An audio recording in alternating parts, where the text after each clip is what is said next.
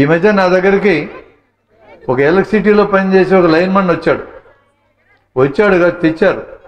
Current shock కొడితే పట్టుకొచ్చారు. గుండె ఆగిపోయింది. వాడికి 25 ఏళ్ళ వయస్సు, పెళ్ళి 2 ఏళ్ళు అయింది, 6 నెలల బిడ్డ. ఆ అమ్మాయి ఆ బిడ్డను సంకనేసుకొని నా దగ్గరికి వచ్చింది, ఏడ్చుకుంటా వచ్చింది. బతికిచ్చు సార్ నా ముగ్గురు నెట్టయినా అన్నది.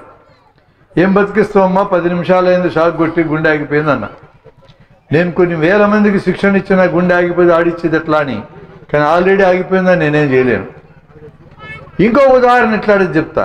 మీలాంటి ఒక గ్రామం పోయినా నేను, తిరుపతికి దక్షిణమున కమ్మవారి కంట్రీ కానీ ఒక ఊరు. ఆ ఊళ్ళో మేము 120 మంది యువకులకి మీలాంటి వాళ్ళకి శిక్షణ ఇచ్చాం. ఆ శిక్షణలో తెలుగుడితే ఏం చేయాలా, పాంగరితే ఏం చేయాలా, పురుగు మందులైతే ఏం చేయాలి, గుండె ఆగిపోతే ఎట్లా ఆడించాలి.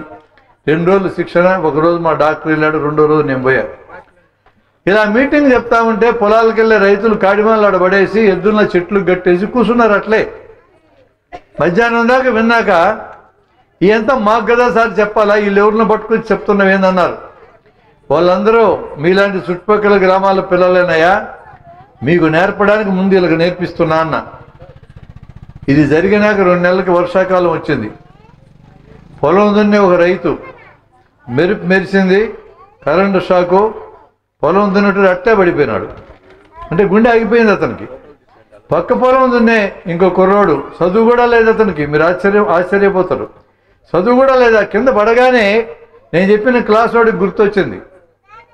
అదే అట్లా మెరుపు తగిలితే గుండె ఆగిపోతుందని చెప్పినాడు సారు అని చెప్పి వెంటనే పరిగెత్తుకొని వచ్చి ఆ కింద పడ్డ అతనికి మెడలో నాడు చూస్తే నాడు తెలియడంలా నేల మీద అక్కడే పడుకోబెట్టి ఎదురొమ్ము మీద 20 సార్లు గుద్దాడు. ఇట్లా వెంటనే గుండె స్టార్ట్ అయింది. లేచి కూర్చొని ఏమైంది నాకని అడిగాడు. ఆ కుర్రోడు ఎట్ట బతికిచ్చినాడు, నేను ఎట్ట బతికించలేకపోయినా. నాకు విద్య తెలిస్తే చాలదు, చచ్చిపోయినాక మనిషిని పట్టుకొస్తే నేను బతికించలేను. 20 సెకండ్లు 30 సెకండ్లలో స్టార్ట్ చేస్తున్నాడు ఆ పిల్లవాడు. వాడికి చదువు లేకపోయినా డాక్టర్ కాకపోయినా బతికించగలిగాడు. ఇలా బతికించడం అనేది ఎవరికి వచ్చి ఉండాలంటే గ్రామంలో చాలామందికి వచ్చి ఉండాలా. డాక్టర్లకు వస్తే చాలదు, ఆర్ఎంపీలకు వస్తే చాలదు, టీచర్లకు వస్తే చాలదు. స్కూళ్ళల్లో మనము నేర్పించేటప్పుడు, గ్రామాల్లో చదువుకున్న యువకులు ఖాళీగా ఉన్నటువంటి నేర్పించేటప్పుడు, మా గ్రామం బాగుపడాలనే కోరిక కలిగిన 10 మంది పిల్లల్ని ఏ ఊర్లో మనం పట్టుకున్నా వాళ్ళకి నేర్పించేటప్పుడు ఇట్లాంటివి రోజు పనికొచ్చేవి మనం నేర్పించామనుకోండి, వాళ్ళ దగ్గరికి వెళ్ళడానికి మనకు దారి ఏర్పడ్డట్టే. ఇట్లాంటివే ముందు మనం మాట్లాడుకుందాం. ఇలా మాట్లాడుకొని మనం ఏదో చెయ్యాలని తపనొచ్చినాక జనాన్ని పెద్ద యూనిట్ కింద మార్చిన తర్వాత, పక్క గ్రామాల నుంచి కూడా ఇలాంటి ఐకమత్యాన్ని సంపాదించిన తర్వాత ఎవడు ఎన్నిక కావాలో మనమే చెప్పగలం. పెద్ద కష్టం కాదు ఇది. 100లో 1 మారితే లోకాన్ని మార్చిపారేయచ్చు. కర్నూలు లాంటి సిటీలో 6 లక్షల మంది జనాభా ఉన్న కర్నూలు సిటీలో 100లో 1 అంటే 6,000 మంది. 6,000 కూడా అక్కర్లే, 600 మంది పూనుకుంటే కర్నూలు మొత్తాన్ని 600 మంది నిర్ణయించగలరు ఏం కావాలో. ఎవడు కార్పొరేటర్ నిలబడాలనో మేము చెప్పగలం 600 మంది చేతిలో ఉంటే.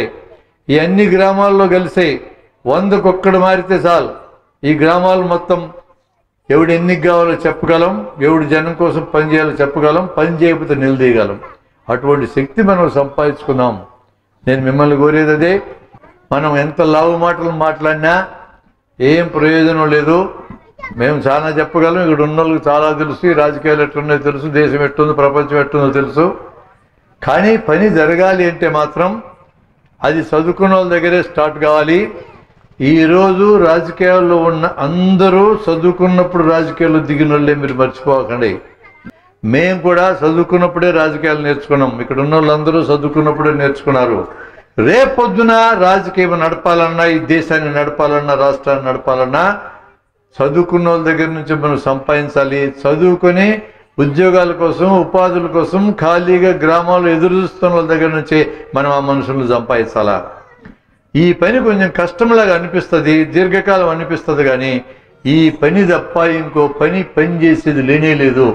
అంతకంటే కూడా బాగా పనిచేసే ఇంకో మార్గం ఉంది. స్కూళ్ళల్లో పనిచేసే టీచర్లు కానీ గట్టిగా పూనుకుంటే 10 మందిలో 1 టీచర్ పూనుకున్న చాలు, ఆయన క్లాస్ చెప్పే 45 నిమిషాల్లో 5 నిమిషాలు పాఠం చెప్పకుండా ఇట్లాంటి విషయాలు చెప్తే 5 నిమిషాలు సిలబస్ వెనకబడతారు కదా అని మీరు అంటారు. ఏం కొంపలేం మునగో. ఇప్పుడు నాకు ఎంబీబీఎస్ పరీక్ష మళ్ళా పెడితే ఒక్క సబ్జెక్టులో కూడా పాస్ కాదు. నేను గోల్డ్ మెడలిస్ట్ని కూడా అయినా కూడా పాస్ కాదు.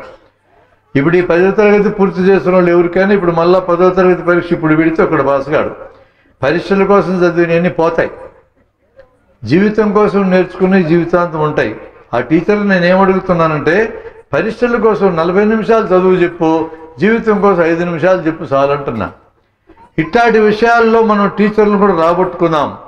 స్కూల్కి ఒక్క టీచర్ మారినా వారానికి ఒకసారి ప్రతి విద్యార్థికి ఇట్లాంటి విషయాలు అతను చెప్పగాడు. 25 పీరియడ్లు చదువు చెప్తాడు అతడు. మనము చేసేదానికంటే కూడా టీచర్లను మనం మార్చుకోగలిగితే ఇంకా ఎక్కువ జరుగుతుంది. మీ టీచర్లు మీ ఊరు స్కూల్లోనే పోయి మాట్లాడండి. వారానికి ఒక్కరోజు 1 గంట సేపు మీతో ఉండమని చెప్పండి. ఇక్కడ సాయంత్రం 1 గంట లేటుకి ఇంటికి వెళ్తాడు. ఏం కొంపలేం మునగవు ఆయనకి. మీకు తెలిసిన మంచి విషయాలు మాకు చెప్పిపోండి సార్ అని అడగండి. ఏ టీచరైనా ఒప్పుకుంటాడు. ఈ విధంగా టీచర్లు కూడా మనం కలుపుకొని టీచర్లని విద్యార్థులను కలుపుకోవడం ద్వారా మనం రాబోయే కాలంలో జనాన్ని దేశం కోసం నిలబడేటట్టు చేయగలం.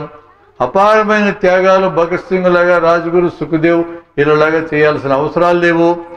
మనం వారానికి 1 గంట 2 గంటలు ఇచ్చినా కూడా ఇట్లాంటి మార్పులు జరుగుతాయి.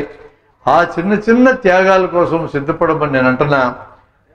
గురిజాడ గారు చెప్పినట్టు సొంత లాభం కొంత మానుకోండి అంటున్నా నేను. అంతా మానుకోమని నేను చెప్పటంలా. అంతా మానుకున్న వాళ్ళు చివరికి ఏమైందంటే పిల్లలు కూడా తిట్టినారు కొంతమందిని. ఏం లేకుండా మొత్తం అంతా ఊడిసిపెట్టి మమ్మల్ని బికారం చేస్తా తిట్టిన పరిస్థితులు కూడా వచ్చినాయి.